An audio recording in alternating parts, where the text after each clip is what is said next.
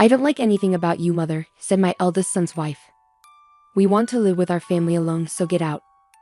I was shocked to hear these words. It reminded me of when I had to leave my own parents' home. Now, I felt angry at the idea of being kicked out of this house too. "Fine, I'll leave," I said, gathering my things to go. This was too much. I was determined never to forgive my eldest son's wife. It was time to put my plan into action. So, my name is Sandra Clark, and I'm 61 years old this year. I'm technically retired, but I'm still lucky enough to have some work. I don't go to the office every day anymore. Sometimes I drop by and attend meetings, but mostly I work from home. My oldest son seems to think I'm not working anymore, which isn't true. I became a widow when I was in my 40s. Right now, I live with my oldest son and his wife. Our family home has been in our family for a long time. It's a bit old and needs some fixing up, but I've always loved it. That's why leaving was hard. I've never had to worry much about money. My late husband's insurance money is still mostly untouched. I've been able to live comfortably without worrying about my future. Even though it might seem like I have an easy life, there are some things that bother me. It's mostly my oldest son's wife, Jessica. She's strong-willed and we often clash. This tension didn't just start recently. It goes back to when she first told us they were getting married. I still remember the outfit she wore when she first came to meet us. She showed up in a tracksuit that looked like something she wore back in high school. She said she wanted to be real with us, but I couldn't help but find it a bit odd. It's not exactly lying, but it felt like she was trying too hard to prove something. She's also very argumentative and smart, which can be challenging. I couldn't understand why my oldest son chose her as his partner.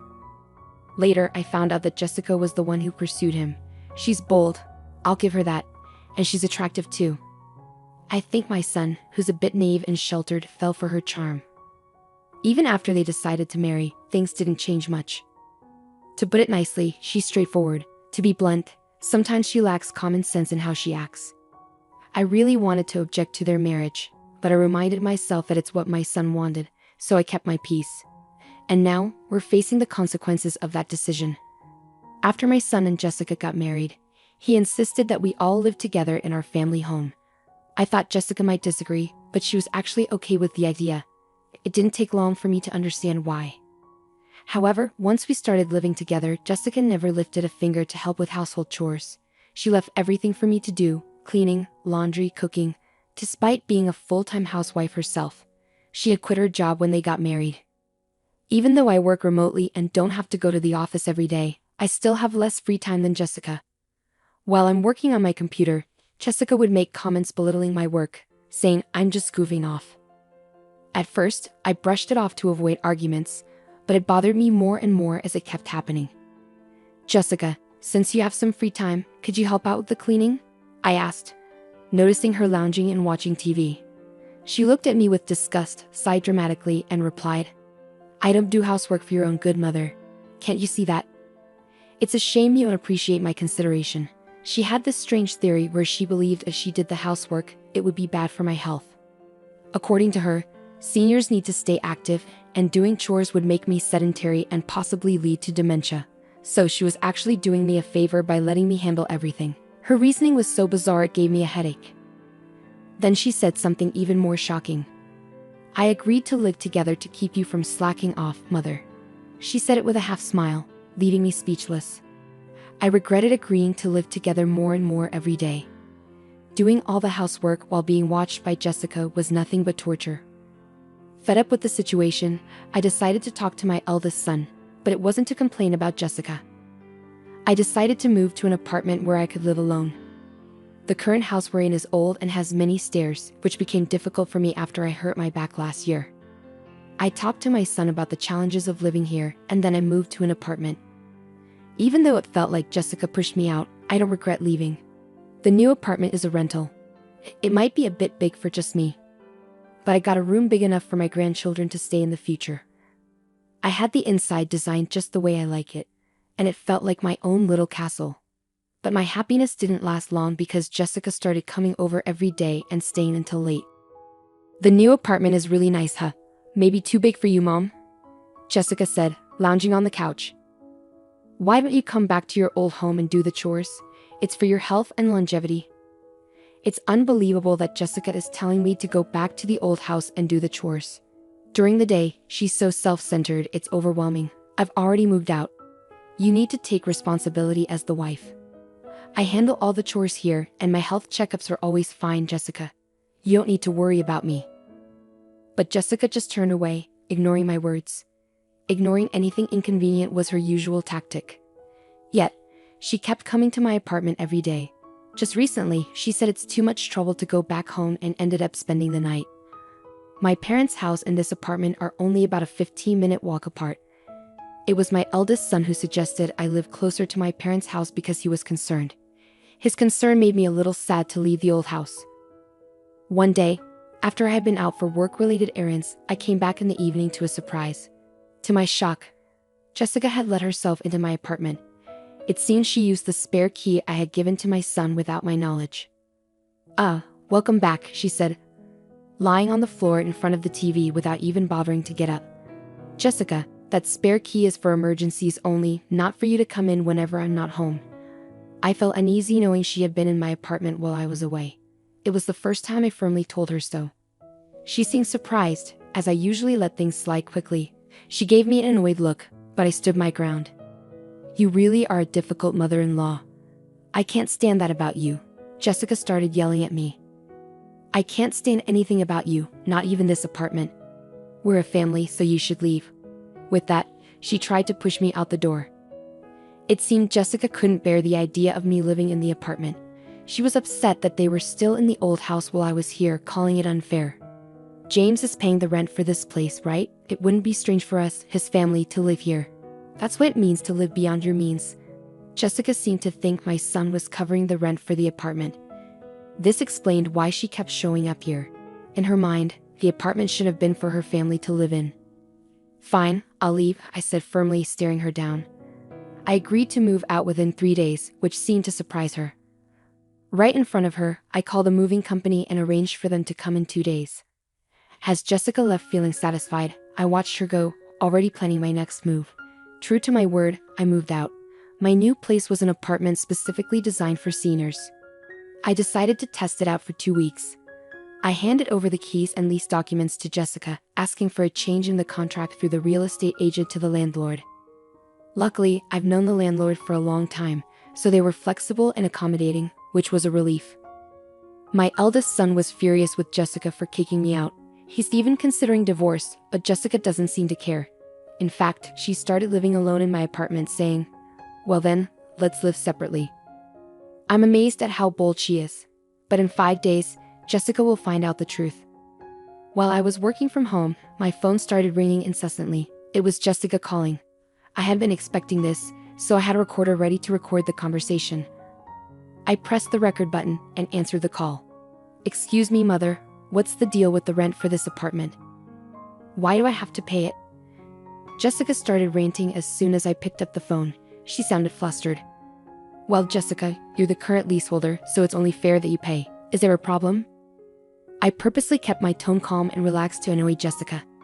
She seemed even more agitated but didn't back down. "But didn't James used to pay the rent here? We're not even divorced yet, so shouldn't James pay?" Jessica had told my eldest son about the rent issue and he advised her to call me. The truth was, my son had never paid the rent. In fact, I had been financially supporting him. After retiring, I continued working as a consultant and advisor, earning a good salary. I was actually earning more than my son. I had been secretly helping him out because Jessica tended to spend a lot. "It's just a misunderstanding, Jessica. Originally, I was the one paying the rent for that place. I never made James pay a dime." Jessica seemed shocked and caught off guard by the truth. She quickly said what she wanted to and hung up the phone. Right away, I contacted my eldest son and played him the recorded conversation. "I've been putting up with it too, but I can't take it anymore. You feel the same way, don't you?" I knew my son was exhausted from dealing with Jessica's debts. No matter how old he gets, as a parent, I can't help but want to help him out. Some might say I'm too soft, but I think it's just natural as a parent. My son replied quietly, "I'll divorce her, I'm tired too." Then follow my lead. I told him my plan and gave him instructions. First, I asked him to take a few days of paid leave starting today. Then, I told him to quietly move out his important belongings without letting Jessica know. We didn't want her to notice any moving trucks, as she might be nearby. I had instructed him to slowly move his things out during the night, keeping it discreet. The important belongings were taken to a single-family home that I had found as our new residence. This way, the plan progressed without Jessica knowing. 3 days later, Jessica called again, sounding even more flustered than before. "What? Why are you so worked up? Just like last time." I kept my tone deliberately relaxed as Jessica sounded overly anxious, almost in a state of panic. "Mother, our house is up for sale. And I got a call from my parents saying that my belongings have arrived at their house." "What does that mean?" Jessica explained that her parents had received her belongings and our old house was now on the market. It seemed my eldest son had followed my instructions. He had sent Jessica's things to her parents' house and put our old house up for sale, leaving it empty. The landlord told me that if I can't pay the rent, I should leave. I thought I should consult with James, and when I got home, there were chains and a padlock on the gate, and I couldn't get in. There's even a for sale sign up. Jessica was almost hysterical. It must have been quite a shock for her to come home to. "I've already entered into a sales contract with a realtor. We can't access that house anymore," Jessica had began, ready to express all the pent-up frustration. "Firstly, I'm no longer your mother-in-law, right? Yesterday, James should have filed for divorce. You signed it, didn't you? You and I are strangers now." Yesterday, my eldest son had filed for divorce at the city office. It turns out Jessica had signed the papers a while ago. Threatening divorce seemed to be a tactic she often used. My son used to believe that Jessica would change someday. After all, she was the person he loved enough to marry. He felt trapped into giving in to her threats of divorce, he once told me. But it seems my son has finally realized the truth. He signed the divorce papers, which had always been used as leverage, and submitted them. The divorce has been officially processed. "You always used to tell James that you could divorce anytime. Are you happy now that things have turned out your way, Jessica?" I could sense Jessica holding her breath on the other end of the phone. She wanted to argue back but seemed lost for words. She must have been feeling frustrated. "Besides, I'm worried about you. After the divorce, how will you manage to live in that apartment without a job? Moving also costs money, and it's tough. How did you even afford it?" Jessica's anger was no longer hidden. She yelled and cursed at me. She had claimed she married my son because of the inheritance he received from my late husband. However, I control all the inheritance and she can't touch a penny of it. Despite marrying to clear debts, she screamed that nothing was going well for her. Of course, I made sure my son listened to this conversation too. If it came to a divorce settlement, I planned to use the recording as evidence. I thought it was the end, so I patiently waited for Jessica to finish her tantrum. She ranted for about 15 minutes without pause. Then, in the end, she started begging me for help, crying. She confessed that she had been disowned by her family. With nowhere else to go, she pleaded for my assistance. It suddenly clicked for me. Something had felt off at the wedding, and now I understood what it was. Jessica had no place to go, no home to return to. Despite feeling a bit sorry for her, I couldn't ignore the consequences of her actions. Apologizing now won't change anything. We're strangers now. There's nothing more to discuss. Good luck with your life from here on, I said before ending the call with Jessica. I felt a sense of relief afterward. It seems Jessica caused trouble at my eldest son's workplace. He told me things escalated to the point of involving the police when he returned home. Jessica, who had been staying at the apartment without paying rent, had her keys changed by the landlord while she was out. Now, she can't even get into her own apartment. She might have tried to contact me or my son, but we had canceled our phones and got new ones with new numbers. I can only imagine the despair she felt when she realized she couldn't reach us no matter how many times she tried. We didn't give her our new address either, so she can't reach us that way. After causing a scene at my son's company, she was issued a restraining order. With no other options, it seems Jessica turned to her disowned family for help. However, when she returned home, she was met with a shocking sight. The luggage I had sent to her family's house was left out in the rain in the backyard, and she wasn't even allowed inside the house. It's likely that the unpaid rent for the apartment had been billed to her parents, adding to their anger.